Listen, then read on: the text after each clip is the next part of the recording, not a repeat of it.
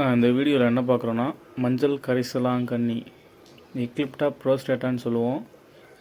இதுதான் ஒரிஜினல் மஞ்சள் கரிசலாங்கண்ணி. இதெல்லாம் மார்க்கெட்டில் வந்து நிறைய வந்து கரிசலாங்கண்ணி டூப்ளிகேட்டில் வந்து நம்ம நிறைய பார்த்துட்ருக்கோம். அது பின்னாடி பார்ப்போம். இது இன்னொரு வகை இருக்குது. அது வந்து வெள்ளை கரிசலாங்கண்ணி எக்லிப்டா ஆல்பான்னு சொல்லுவோம்.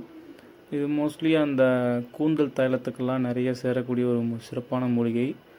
இது வந்து வெள்ளை கரிசலாங்கண்ணி. இலை வந்து லைட்டாக அந்த ரம்பம் போல் அறுக்கிற மாதிரி இருக்கும். இலையை கசக்குனிங்கன்னா ஒரு மாதிரி இந்த கருப்பு நிற சாயல் வந்து இருக்கும். இது வந்து வெள்ளை கரிசலாங்கண்ணி.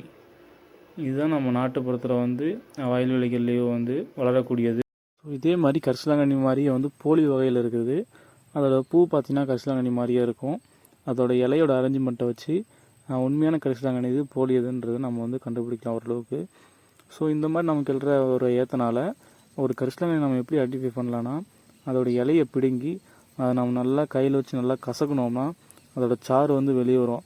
அந்த சாறு வெளியே வந்த உடனே நம்ம கையில் படும்போது அது வந்து அந்த இடத்த வந்து கருப்பாக படியணும். இங்கே படிஞ்சிருக்கு பண்ணல கருப்பாக, இந்த மாதிரி கருப்பாக வந்தால் தான் ஒரிஜினல் கரிசலாங்கண்ணி. இது மூலிமா பார்த்து நம்ம யூஸ் பண்ணும்போது அதோட மருத்துவ குணங்கள் வந்து நமக்கு அப்படியே கிடைக்கும். ஸோ வாங்குறவங்க பார்த்து யூஸ் பண்ணுங்கள்.